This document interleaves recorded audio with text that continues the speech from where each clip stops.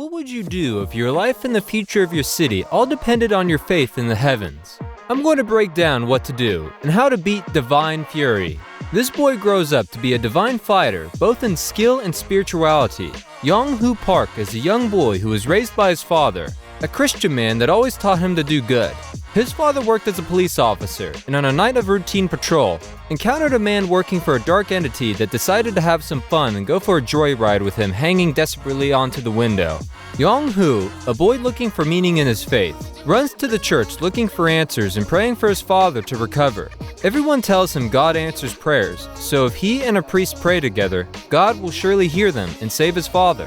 Spoiler alert, it doesn't. His father dies in the hospital and visits Young-Hoo in his dream to give him a final goodbye. The young boy is distraught at the news and blames the priest for wasting his time and lying to him. He holds this grudge against God for not saving his family, no matter how much he prayed and begged and pleaded. Like many others, forever wonders why a good God would let such bad things happen to good people. And since no one can give him those answers, he rejects his faith completely. He even throws the cross at the priest when he attempts to attend his father's funeral, calling him a liar and murderer. In the 20 years following, Young-Hoo continues to hold his grudge against God. He instead puts his time into training and becoming a world-renowned mixed martial arts fighter. 17 wins and no losses. He's touring in Los Angeles for his next fight. His opponent, a man from Texas, has a large tattoo of Jesus on a cross across his back. Young-Hoo can't get rid of the voices, whispering how God killed his father and he needs revenge. The fight ends quickly, with Young-Hoo having to be pulled off his opponent, too caught up in trying to get back at anything that reminds him of the day his father died. It's not an event that leaves you so easily, but it's still a pretty prominent piece in his life that he never quite moved past. He has a bone to pick with God, but he can't fistfight the Almighty Father, so he picked the next best thing: people with cross tattoos. A respectable profession to be sure. Okay, I can't remember the last time I watched a movie with a full flashback at the beginning and not sprinkled throughout the rest of the movie. It's a pretty nice change of pace. Park, Young-Hoo, and his father were very close, so when he died, it left a significant gap in his life. There's no way for him to know his dad was killed by a demon. So the only logical solution is to blame God. But we can't blame the young Young-Hoo for believing the words of the priest. With his dying breath, or dying astral projected words, his father still tried to instill a sense of goodness in him to carry his son through the rest of his life. He probably should have tried to renew his faith too, but I can imagine God puts a strict timer on you after your heart stops. The priest that Young-Hoo encountered at the church encouraged the boy to pray for his father, hoping to give the boy hope in such a dark time. But everyone kept telling him that God answers prayers. But, faith or no faith, you can't always get what you want. If anyone had taken the time to explain to him that sometimes God doesn't answer prayers, or even that sometimes prayers are answered differently than you may expect, he might have felt less cheated out of the time he spent praying for his father that didn't get better. Either way, it's a sour realization and a hard lesson to learn, especially when you lose someone as influential in your life as a parent. Young-Hoo trusted his father and the priest. He trusted God to listen to him, but he was met with silence and disappointment, a grudge he would carry through the rest of his life. There's never another mention of this criminal tragedy, no investigation or following arrest, nor was there any reference to motive. He was just an officer that fell in the line of duty, and his son had to carry that weight for the rest of his life, which is pretty sad, if you ask me. But that's what makes him such a stunning main character to follow. On the flight home from LA, Young-Hoo has a dream about his father where he hears more voices. In it is another cross. He tries to throw it, but it sticks to his hand and burns. There's something inside him, black smoke that's been escaping all the cross burns in his hand. When he wakes up, he finds that his hand is bleeding. This was a cause for alarm, and they hurry him to a medical center as soon as they land. It's just a few holes, nothing dangerous or life-threatening. They put a bandage on it and send him home saying it should heal soon. When he gets home, however, he has another dream. Whatever it's about, we see a multi-armed demon feeding on him from outside. It doesn't get what it's looking for, being stopped by something, and it leaves, crawling on the wall and out of the room. When he wakes up, he sees his hand has bled through the bandage and isn't getting any better. He tries to return to the doctor for it, but they don't have any answers for him. But during the drive over, his driver mentions his niece, who has practiced in more occult dealings and might be able to help. She's blind, but can see ghosts. Young-Hoo says he doesn't believe in that stuff, but he's forced to try it out anyway when the doctor tells him there's nothing more they can do. The niece looks him over and can see evil surrounding him, which explains the voices and trouble sleeping. But beneath that, his father's ring, a symbol made holy by his father's love and good deeds that protects him. He also asks her about the wound on his hand that keeps coming. She can't tell him what it is, but it's also blessed. If he wants more information than that, he should visit a church not far from where he lives. There's someone there that can help him. Reluctantly, he takes her advice, but when he gets to the church, he encounters a crow, then a lot of crows. They try to attack him and he locks himself inside his car. Inside the church, Two priests are working to exorcise a demon from a man's body. Armed with holy water and holy words, they perform the ceremony, but the demon breaks free from their restraints and attacks them. They try to fight him off, but they're not strong enough. Father On's assistant, Father Kim, is outmatched and runs, leaving the demon about to kill Father On. This gives Young-hoo the opportunity to get into church where he saves Father On.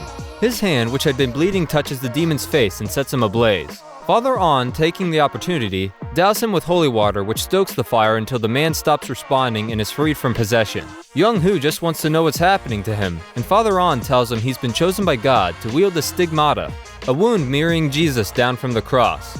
Young-hoo has questions, but before they can be answered, he starts hearing voices again. Father On blesses him and removes the spirit from his psyche and offers to do the same for his home as well. Father On leaves behind his rosary to protect Young-hoo and finds Father Kim when he leaves. Father Kim tells him he can't keep exercising, and Father On wishes him well. Young-hoo, on the other hand, doesn't want to keep a symbol of the thing he's been trying to avoid and asks around to return it to him, running into a fan in the process. Okay, as crazy as this all sounds, it makes sense though. If you scorn God, the devil will find you. Without divine protection, you're at risk for all kinds of evil entities to crawl into your soul. Literally, it seems. So he's forced to seek out non-traditional medicine to figure out why he keeps staining perfectly good bedsheets with a fountain of blood pouring out of his hand.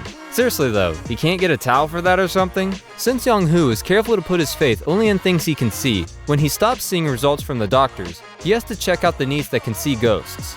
She's brash and tells him the last thing he wants to hear. Have you tried going back to church? The church is the opposite of inviting. But he manages to get in just in time and meet Father On, who's finally able to help him manage the voices trying to convince him to kill people. Father On tells Young-hoo he can keep the voices at bay for a time.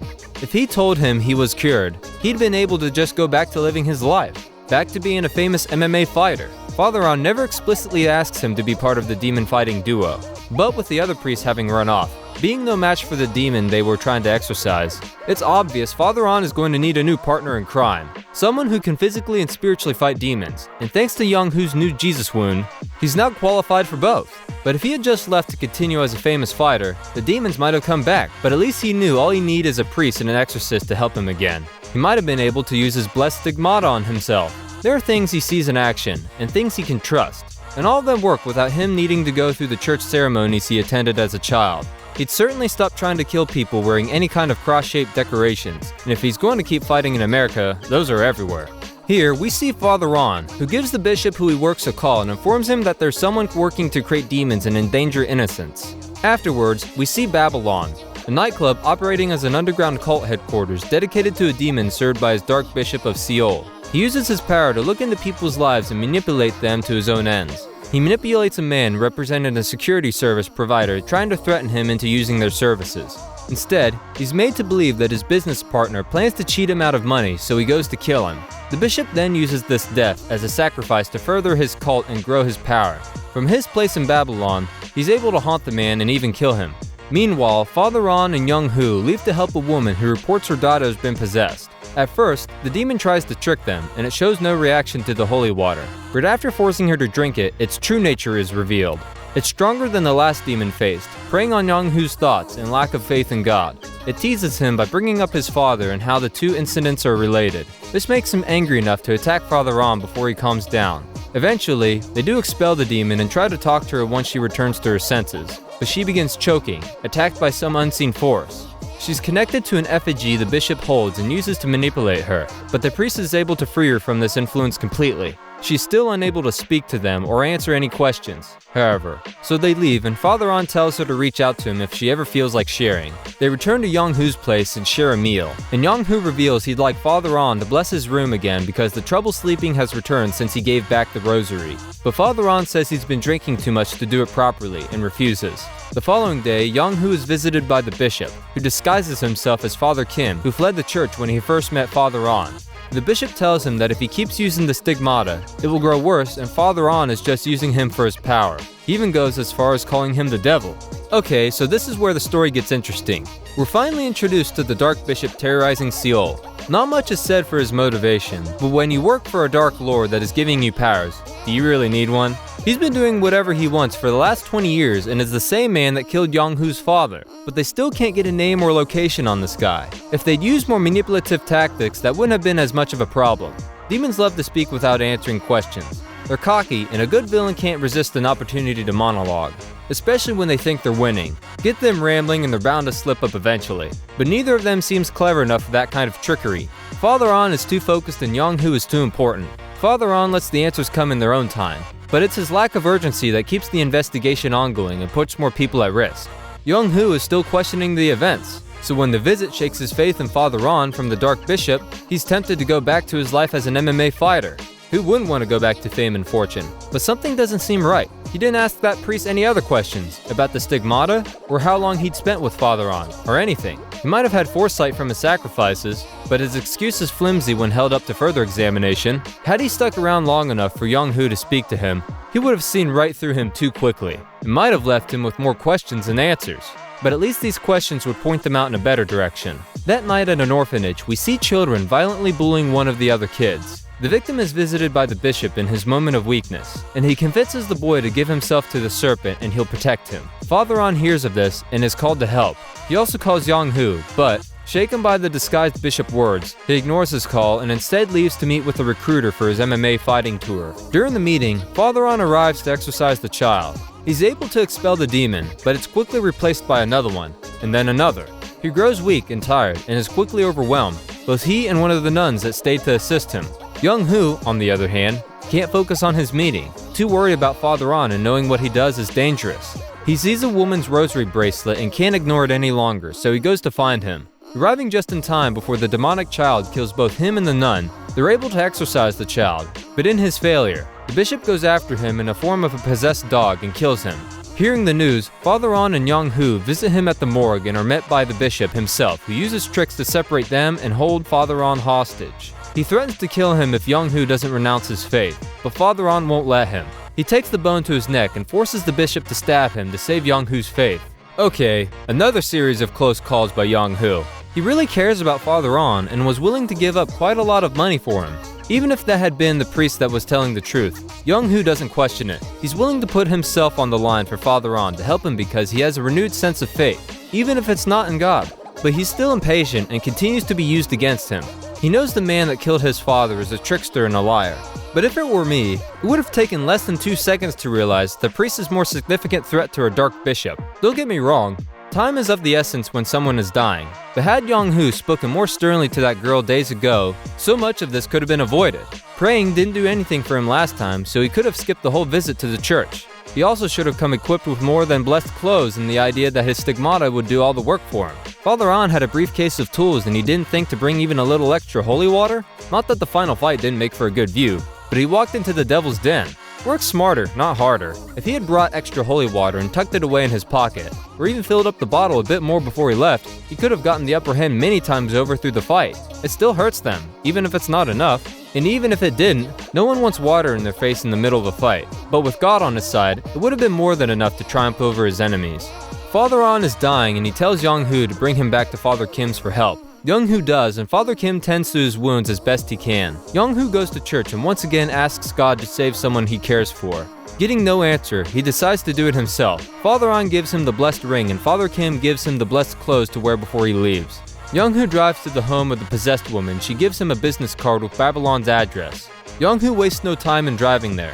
While the bishop converts his followers to demon-enhanced henchmen, Young-Hoo fights them and realizes that just his stigmata is not enough to defeat them. So he douses his hand in holy water as well. If he can grab them, he can exorcise them. So he dispatches them quickly and follows the signs pointing towards their leader. When he arrives in the basement, the bishop has sacrificed himself to the devil for the strength to defeat Young-Hoo and emerges with thicker, scaled skin and fangs.